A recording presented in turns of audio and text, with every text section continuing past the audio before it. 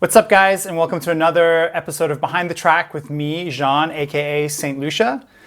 Today we're going to be taking a look at our brand new single called Back to You. So I came up with Back to You when we were playing a show in Omaha, Nebraska. When I was growing up, I went to the school called the Drakensberg Boys Choir School, and this was in South Africa. And we toured the States a couple times. One sort of funny part of this sort of connection between me and Ross is the first place I ever went to in the US was Des Moines in Iowa, and Ross is actually from Des Moines. And I think the next stop of that tour that we went on was Omaha. I hadn't actually been back to Omaha since I was, I guess 14 or 15 or something like that. So anyway, we were in Omaha, we were staying at a hotel, and I think it was during sound check at this show that this melody just started kind of like going around in my head, the melody for the chorus of Back to You. And, we sound checked. I remember it being like it was an insanely hot day. And we went back to the hotel and I got my laptop out. And this was actually when we were, I can't remember Utopia was done. This was in the summer of 2022, I think. Yes, summer of 2022. So Utopia was done. The tracks were starting to come out. Yeah, I came up with this idea. It felt really good to me. It felt kind of very warm and,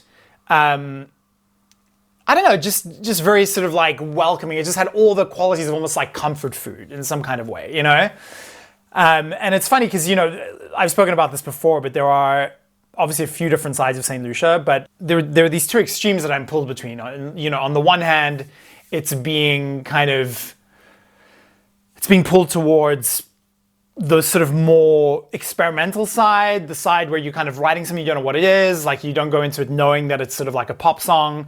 And then on the other side, I love pop music and I love great pop songs. I love, the great Madonna tracks. I love Chic. I love Nile Rodgers. I love, David Bowie's pop era. I love That Stance. I love really, really good, well-constructed pop, and I have a huge respect for it. And this immediately to me felt like this was going to be a really good pop St. Lucia song. Like it would be danceable, it would just be enjoyable. And it was clearly a love song. Like immediately, I think these lyrics actually came to me. Like often the way I come up with the song, most of the time actually is like I'll just hear something will start going around in my head as if my brain is kind of like tuning into like some kind of radio station in the universe. And this thing will just start playing out in my head, and songs come to me more or less fully formed. This one was relatively fully formed. Like I definitely heard the chords, I heard the melody. I'm pretty sure most of the lyrics were there. So I went back to the hotel, started working on this idea. Kind of something I actually really enjoy is when I'm very limited and I don't have like a whole kind of rig with me to explore ideas, because it forces me to kind of focus on really what's the important parts of a song, which is just the chords, the melody, and I guess the rhythm in some kind of way. And so I just sketched out a very, very simple demo. And I think I have it here somewhere. Let me check. So the biggest difference between the demo of Back to You and the current version of Back to You, the final version of Back to You, is basically the bass line. And I remember when I wrote it, to me, it felt obvious that the bass line should be this kind of like classic kind of Robin-esque sort of bass line. And this is what it sounded like.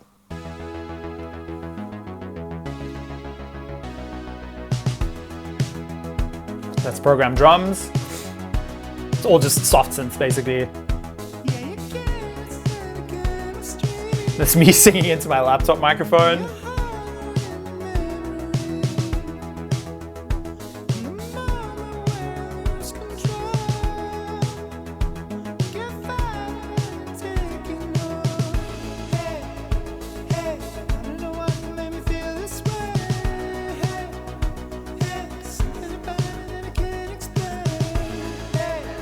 So funny because so often with these songs you can hear I'm trying to sing as quietly as possible into my laptop microphone.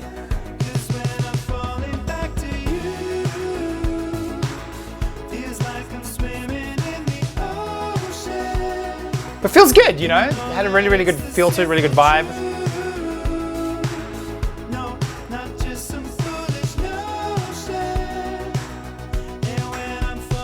Yeah, so that was the basic gist of it. And then, from there, I'm not sure if I immediately came back here to Germany, to Konstanz, which is where my studio is, which is where we live.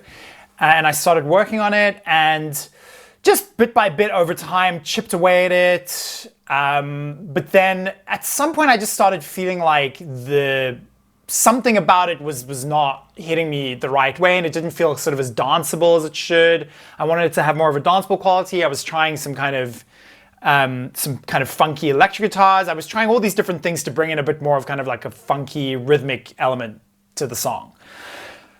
And at some point I was just like, okay, I'm gonna just try a different bass line, even though I really liked that kind of Robin-esque bass line and it felt classic and stuff. And I can't remember which version that was. Let me check. Was it one of the versions? Let's check. There we go.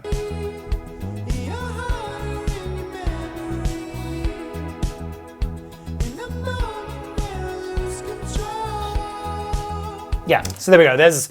I'm not sure, it was like one of these versions where I changed the bass line in here. This version was December 29th, 2022. Yeah, so that was pretty close to actually when we were getting the song mixed for the first time by Chris Zane.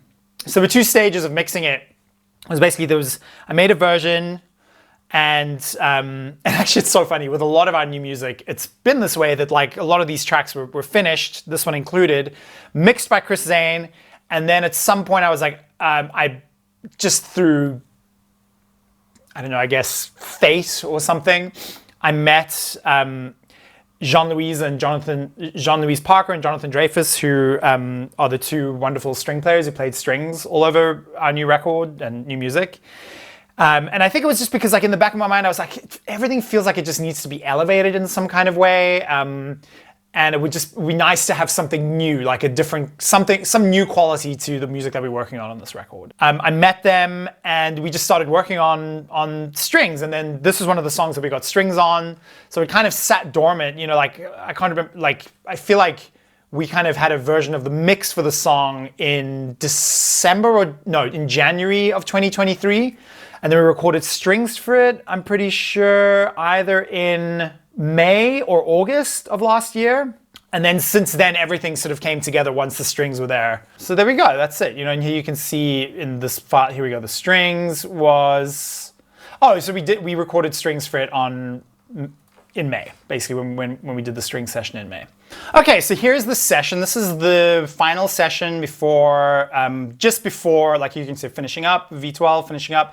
And this was just before I exported stems to send to Chris Zane, who basically mixes all of our stuff. A very good friend of ours, amazing mix engineer. I've never met a mix engineer with less ego than Chris Zane. He's a great guy. You should use him. First of all, I should talk about what the song is about. Yeah.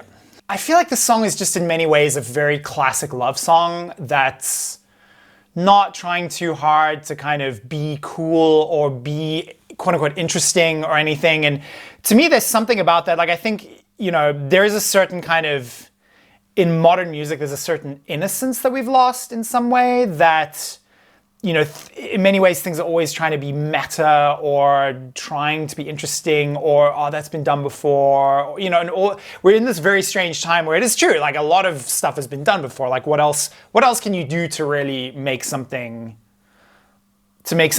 fresh or interesting, And to me, the only thing you can really do is, again, this is gonna sound corny, but the only thing you can really do is just listen to your heart and be yourself as much as possible and let your own influences and life experience come out of you in whichever form it does, whether it's visuals or whatever. But if it's music, obviously with music.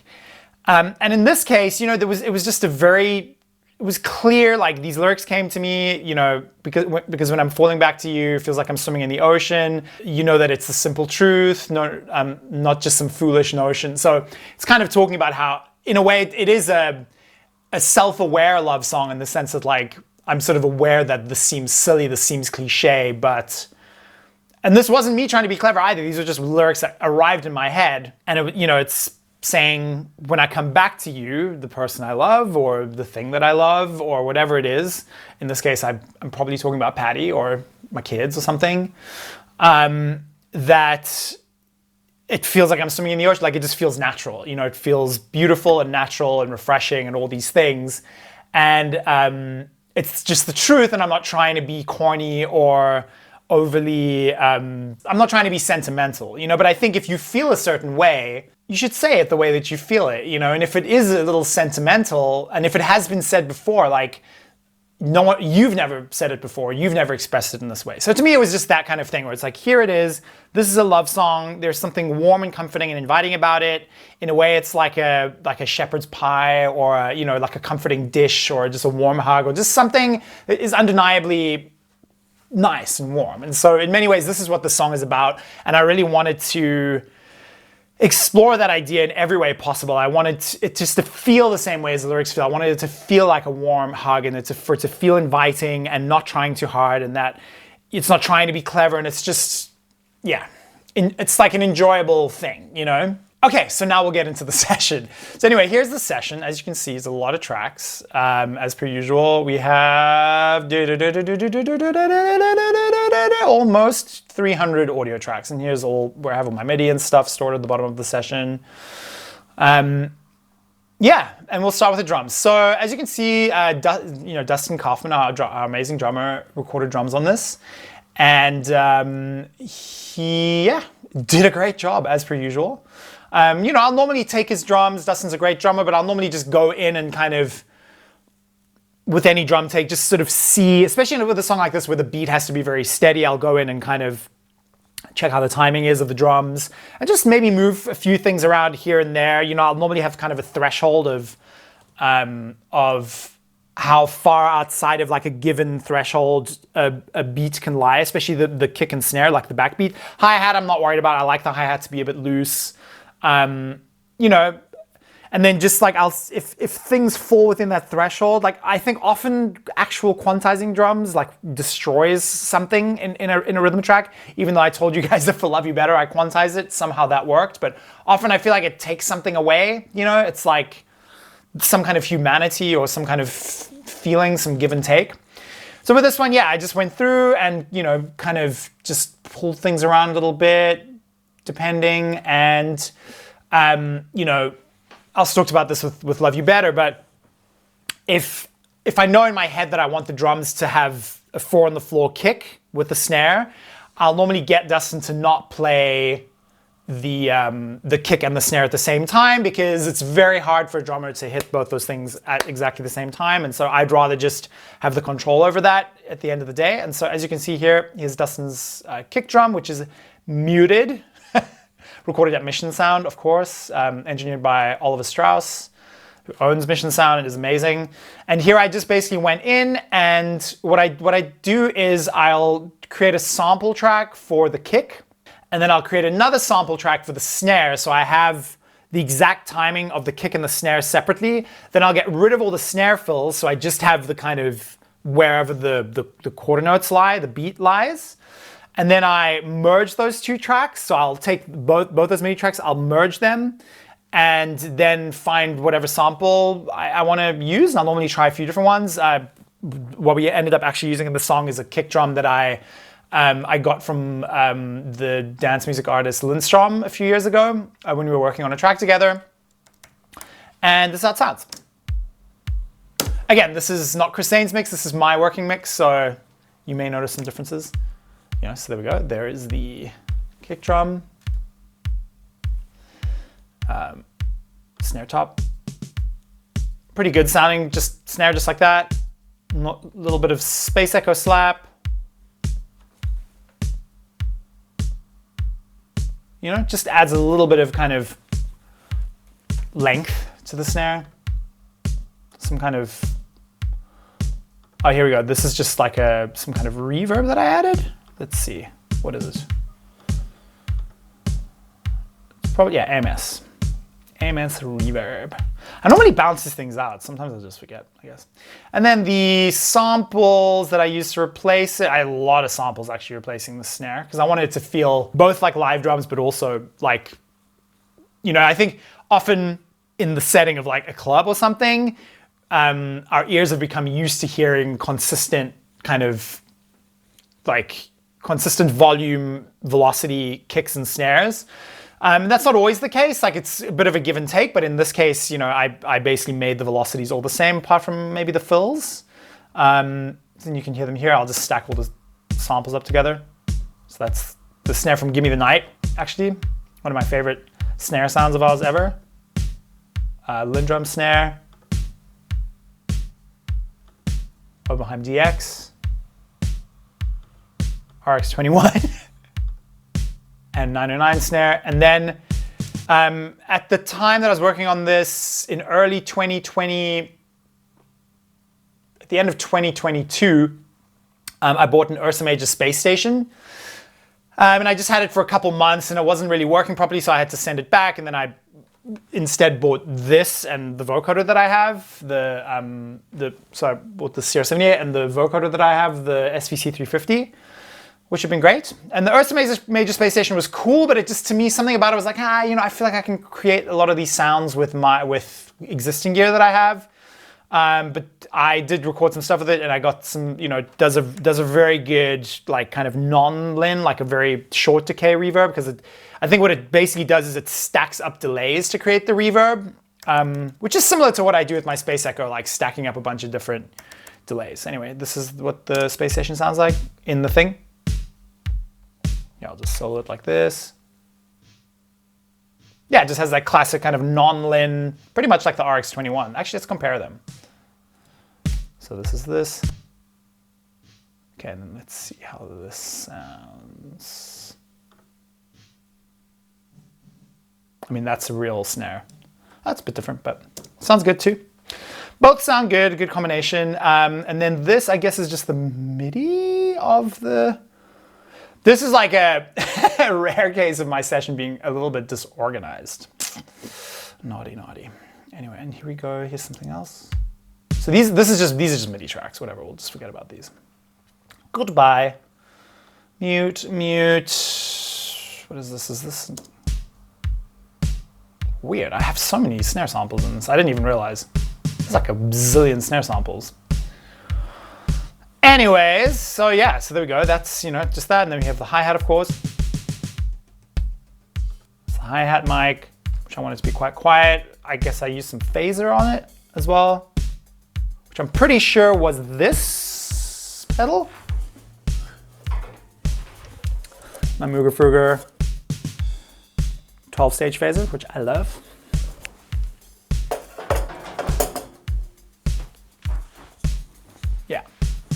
You know, sort of a classic dance music thing. Like one artist I was thinking a lot about when I was working on the song was Giorgio Moroder, and just his sort of era of dance music, kind of Italo disco a little bit. I was trying to bring a little bit of that feeling out. And there's certain tricks that they would use a lot in that music. And one of them was a kind of phased hi-hat just to create a bit of movement. And we have the toms. Here comes the tom fill. Nice sounding toms. Overheads. Yeah. I kept the overheads and rooms pretty quiet here. Give it a little bit. Tick mic. As you know, that is, some people just call it the crotch mic. We just go right for the truth. It's the dick mic. And yeah, it just points basically right above the kick, between the toms, equidistant to all these things, but mainly I'm trying to sort of pick up snare with it, but not get a lot of ambience. So this is what that sounds like. It's kind of quite a dirty, just use a dynamic mic for it, some sort of dynamic mic. Here we have the room, stereo room. How does that sound by itself? Oh, that's very quiet. Let's turn it up a little bit. Always compress that pretty hard. Just adds a bit of whatever. All right, here we go. But it's not adding much to the sound, really. It's more about the kind of direct mics on this one, I think. And then CR78, which is something I love as well. Love having just a very kind of low-level, consistent programmed hi-hat sometimes, because I think it just adds kind of consistency to things. That's what it sounds like. It's very quiet, but like it really adds something, and that's this box over here, it's CR78. I did some cymbal swells. I like to do manual cymbal swells, so I'll actually just bring some cymbals down here and just do some swells with mallets, you know? So here you can hear it.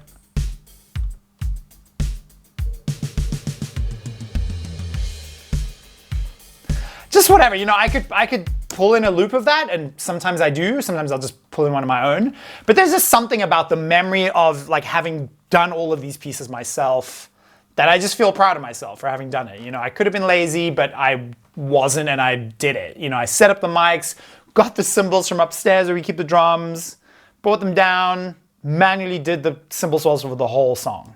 Boom. You know?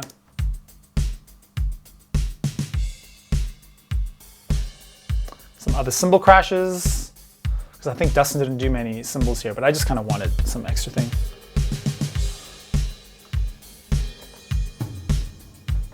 There was some added toms that I made.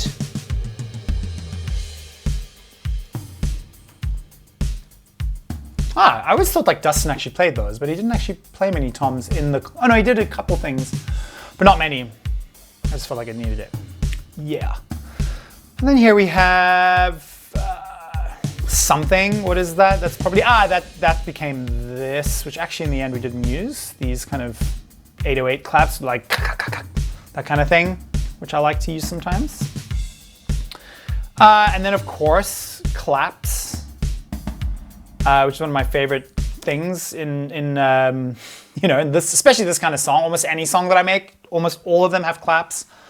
Real human claps, and you know, we do them ourselves, actually, you know, multi-tracking the claps. And I just, again, you know, I think it just the fact that each one is a little bit different adds something to the song, and it just, so even if you have this consistent kind of repetitive thing, it's not really repetitive because there's little changes in timing and sound and whatever. So this is how they sound.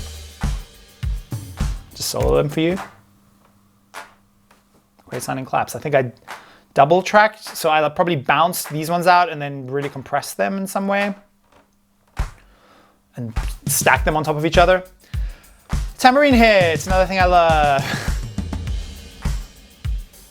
You know, has a little delay on it, which I'm pretty sure I did with my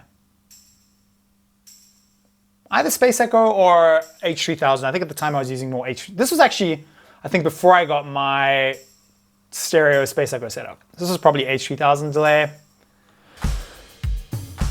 Rhythm tambourine.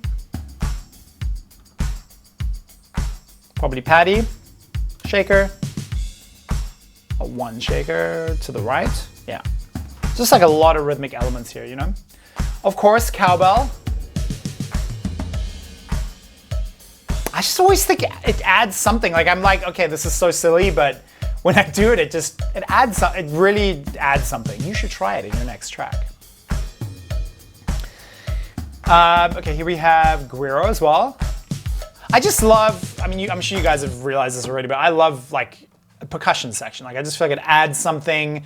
I always just go and record almost every percussion instrument that I have on every track, and often I'll mute a bunch of them. Sometimes I'll use all of the ones I record, but it always just adds, it just makes it feel a bit more like a party, you know? Congas, of course. So here I used a mono mic, overheads, and then a mono room. Wow, it's a lot. That sounds good. I mean, listen to these congas. Listen to them. Kind of Space Echo slap, bit of the space station. Yeah. Okay. Timbales. Didn't have Nicky around, so I had to play them. I don't know if we actually ended up using much timbales in the final mix. We might have really turned them down. Here you can hear them. Timbales live in mine and Patty's bedroom, so I have to carry them in anytime I want to use them. Then we have, you know, I love like a big reverb clap as well. That's another St. Lucia element that is quite common. You can hear it. That like big reverb, and that is, it's an 808 clap with pretty compressed with this Waves 1176, that kind of EQ curve, and the Valhalla.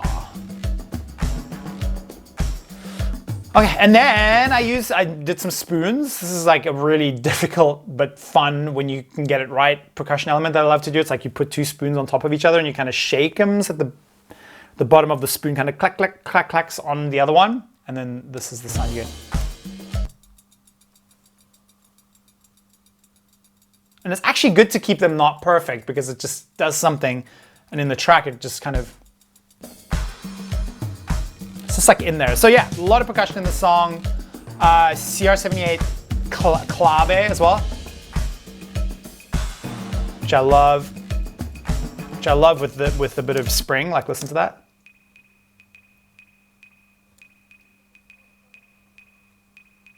I didn't even know it had that skip to it. so weird. Anyway, so yeah, there we go. There's drums and percussion.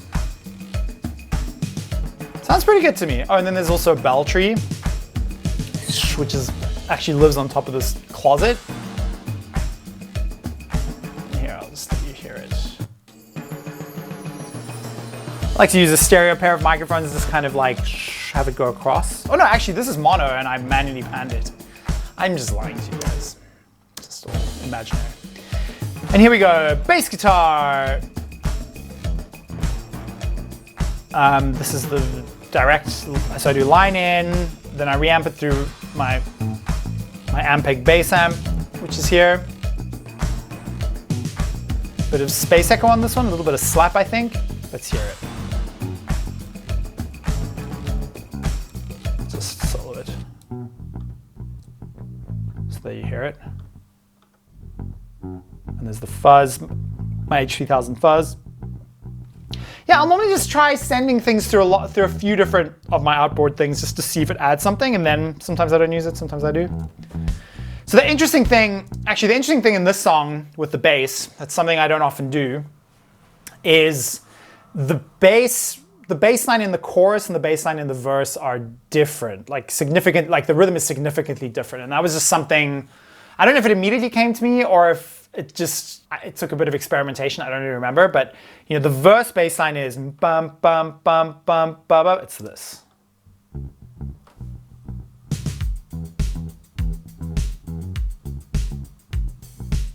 And there's this little tricky bit that goes. Yeah, and then it goes in the chorus, so it's that kind of classic, kind of disco rhythm, I guess you could call it, in the verse, and then in the chorus it goes to this. It goes to.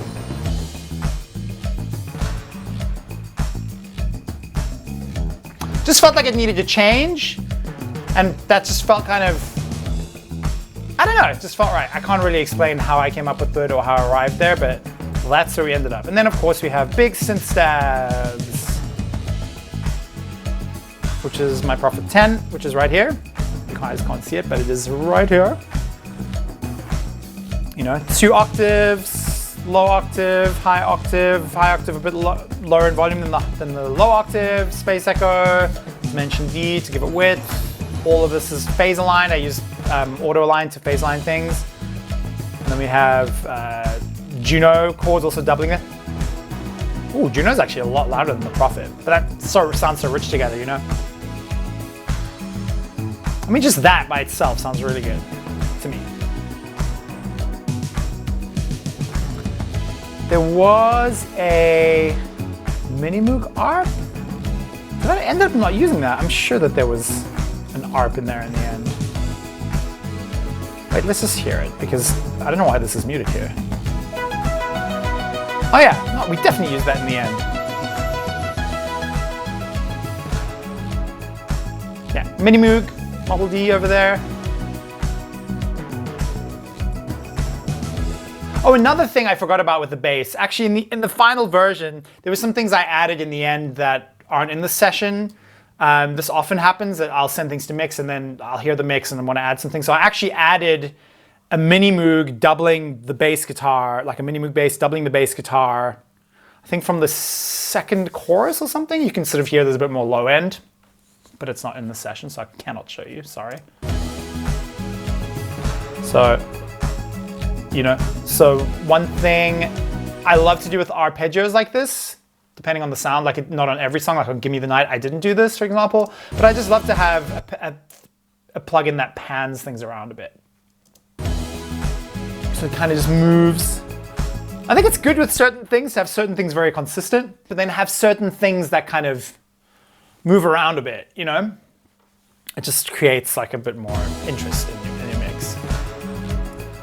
And here we have,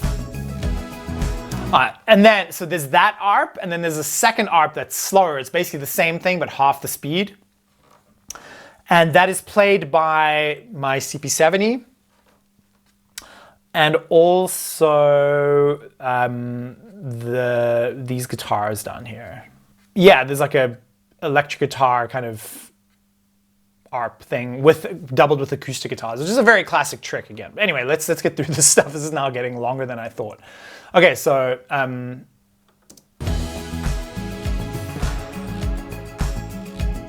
you hear that a little bit. And then we have a piano also doubling the chords.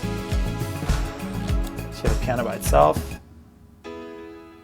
That's our upright piano in our living room with a high octave as well.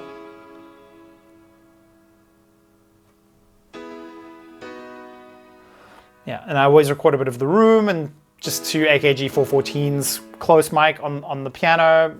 I always take the front and the top off and have a room mic, and then a bit of space echo. It's that like warbly space echo sound. Yeah.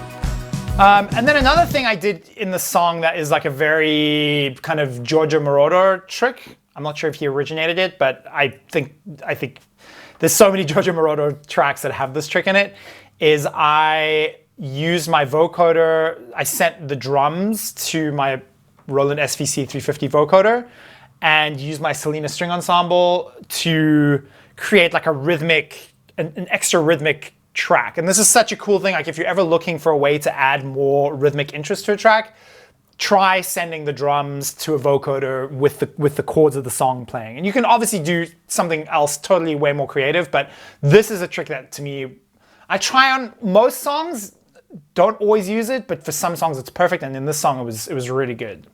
I'll just solo it.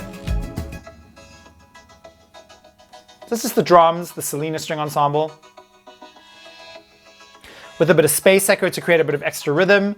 And what I do is I do 2 octaves. One octave is panned to the left, 1 octave is panned to the right. I'll normally have my chorus, the 1 octave is panned to the left with the echo, the space echo, and the other octave is panned to the other side with the space echo. And I will have the chorus sound, like the chorus thing, because as you can see here, I have the track, I have the space echo, and then I have dimension D, which is my like modulation, which gives it width, because the signal is just mono. So to just give it this width, I use these different layers of stuff. And then it gives it the sound, which sounds really good in the mix, I think.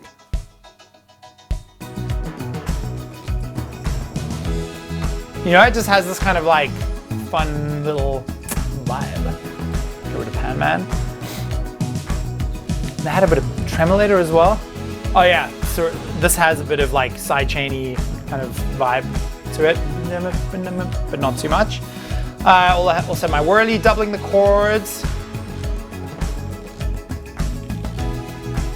Pretty loud actually, and it just adds this kind of softness to it. So there's a lot of instruments playing the chord changes basically. Prophet, Juno, the high and low piano, whirly.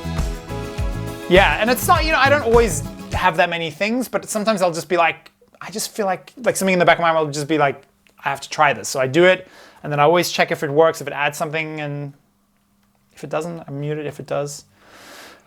And then this was kind of a late addition as well, like just a muted electric guitar doubling the bass.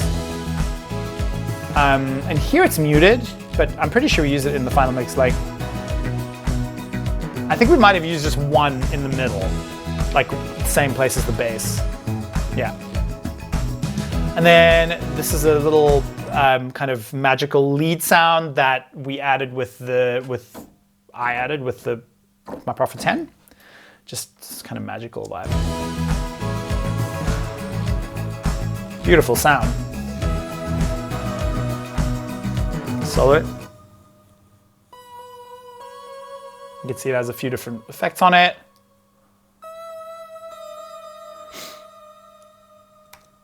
Yeah, just kind of takes me back to the 80s, like a lot of the song, but just that has this kind of fantasy, never-ending story vibe to it for me.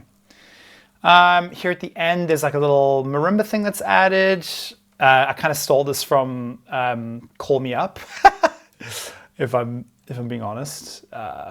So there's kind of two layers to this. There's a marimba, which is a marimba sample, like a contact sample, and then I doubled it with a prophet sound. Also quite an 80s thing, and then with the prophet, it sounds like this. Just a bit of something. And then, you know, made manual kind of laser sounds with my Mini Moog, I'm pretty sure. It's coming up now. Some space echo. I think there was a third laser at some point. They were just like, they were different. I made it because you have to like change where the filter is for the pew, pew, pew, pew, pew, pew, to kind of, you just basically turn the resonance all the way up and then you change where the filter is for the sound. And so I would make one, so because I knew I was going to pan it, I would do one and then I would turn it and record the next one. So that's why there's three parts of that sound.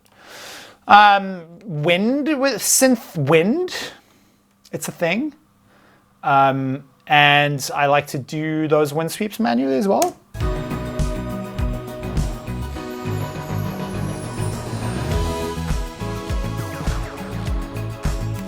You can hear it like. So this is basically just noise, resonance up, and you just go with the cutoff. And actually the SH-101 sometimes has like a better wind because, actually my favorite wind machine is the MS-20 because it has a low pass and a high pass filter. The MS-20 gives you the ability to kind of modulate the noise in a very interesting way. You can also do it with the Mini Moog to an extent, but the SH-101 for certain sounds, it sometimes can sound like a crumpled paper bag, kind of like blowing in the wind, which sometimes is a desirable thing. But that kind of wind always makes me think of also Never-Ending Story, of Air, very simple kind of analog synth. And then I had this magical SH-101 ARP, which is a very classic St. Lucia thing as well, all over our first record.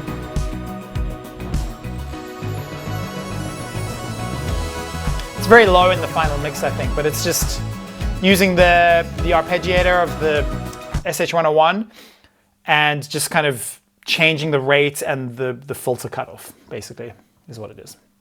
It's a good way to do sweeps. Mini Moog Rises, which I think maybe we didn't end up using. Did we use this?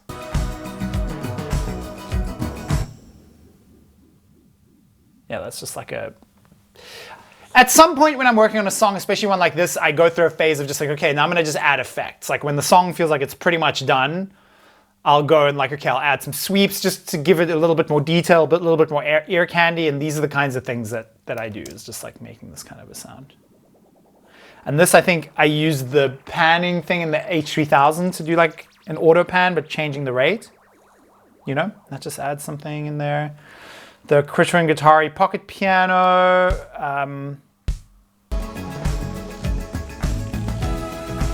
which is this little thing.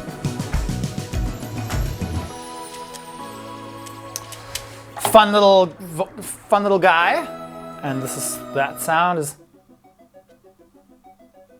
So it just adds to like the soundscape. And then there's another critter thing I did over here. Did we mute it? You know, just trying stuff. Like this is all the experimentation that goes on. Just doing a track of weird sounds. And that just adds to the soundscape aspect of it, you know? I could probably release an ambient record just with those, like those things that I do. And then these are like collider loop samples. So the collider loop's another cool critter and guitar-y thing where you can just record a sound and then it kind of like loops it and you can make it go backwards, forwards, change the octave of it. Similar in a way to this pedal. This is a lot more tweakable. The mood pedal, I love it as well, but the collider loop, which is this thing, this is the collider loop, and it actually normally has a mic coming out of it, and you can just record through that mic, but our mic broke, because when Indy was a baby, he chewed it. And yeah, so that's this sound here.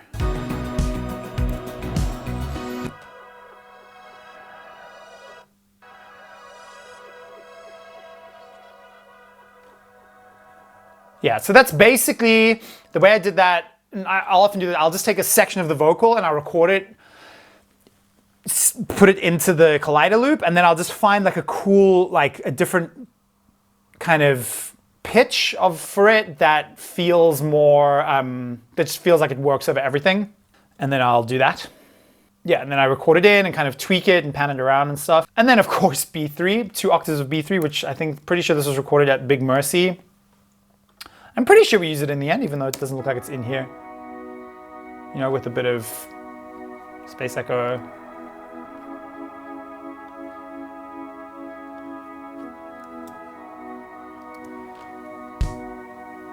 Yeah. Okay, so then before I come to the strings, I'll just show you guys this guitar part. So it's this electric picking with a bunch of different effects.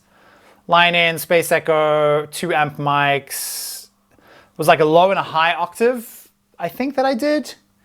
And then doubled it with an electric guitar, and that with an acoustic, with my 12-string acoustic guitar, and that just creates a super lush picking sound. I'll just solo the electric guitar for you.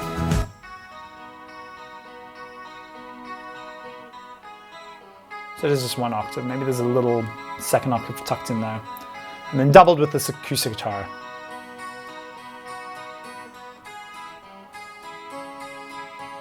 Just is like so rich and lush, you know, when you do those 2 things together, and it just cuts through the mix more in a way.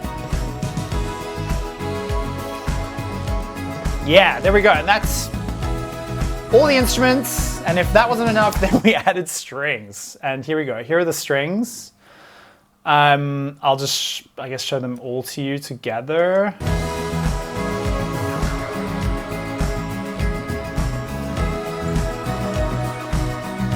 I mean, just listen to this by itself.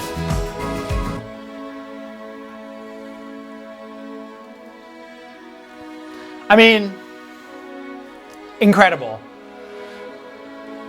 Thank you, Jonathan and Jean-Louise. You guys are amazing. And what's funny is we actually, this is actually the hole that we recorded these strings in, and I realized that there is a altiverb convolution reverb of this hole. So I just added a bit more reverb to it. And I actually think some of these tracks we didn't actually record in this hole because we just didn't have time. We only had it for 1 day. And so then I just found this reverb, and it sounds pretty close. I mean, it doesn't sound the same, obviously, but yeah. So I'll just show you each one individually. Violin. So the way we recorded, this was just 2 people. They double-tracked or multi-tracked themselves playing the same line a few times together to get the kind of rub of the strings, and then they changed to different instruments as well. So they had a couple different violins each, and you know they would just change it up so that, you know, because in an orchestra you have different people playing different ways, kind of slightly out of tune, just different wavering pitches, and that's what creates the sound of the orchestra and makes it not sound perfect. But perfect in the end of the day. And so they would mimic that by moving around the room, having different mic setups and using kind of different, it's just, yeah, they have an amazing method of doing it, and in the end it sounds basically like an orchestra. I mean, listen to this. Violin, viola. And you just can't get that with samples. I've never found a way to actually really get it to feel like this good. And then obviously added some space echo, as I do to everything, and that just, listen to this. Just beautiful. I mean, this bit here at the end is incredible.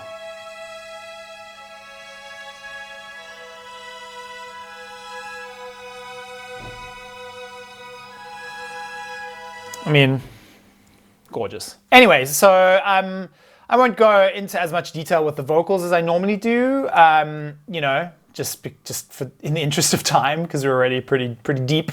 Usual lead vocal, bunch of different effects, space echo slap, 16th note. I think on this one I didn't use any stereo space echo stuff.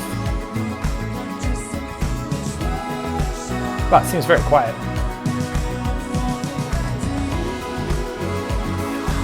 You know, just a whole stack of effects. I've gone through this in a few other videos, but yeah, I just stack these effects in this way.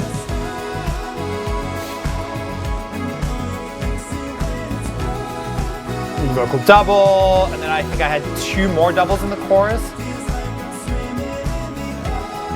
Actually, the level doesn't feel too bad now. Bring it up a little bit.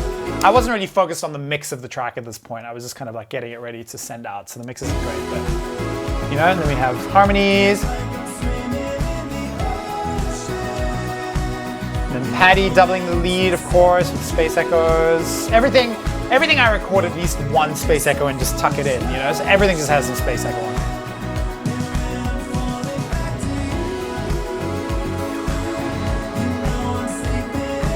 And then Patty's goddaughter Amelia is a great singer, and so she's been helping out. She's sort of our secret weapon, doubling vocals and stuff. This is her.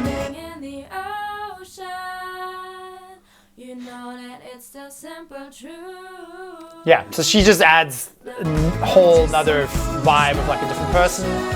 And then I did a lead vocal vocoder as well in there, which sounds like this.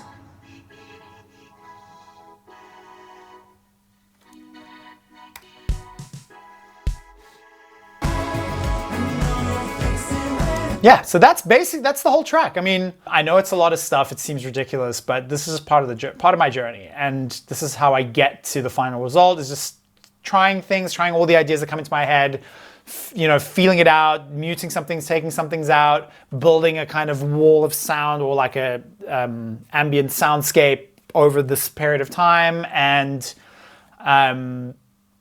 yeah, it's just kind of it's like gardening a little bit, you know, you're just planting these different seeds, trying these different things, you know, and then it all comes together, and the things you don't like you get rid of, but to me it's better to try all those ideas than to hold yourself back in some way, you know. So anyway, that is our new track, Back to You. Thank you guys so much for listening to or watching this this behind the track. I had fun making it. It's always just fun for me to go back, even if it's just for myself, and run through everything and remember the stories and what it took to create the track. And yeah, I hope you guys like the song, and I'll see you guys next time.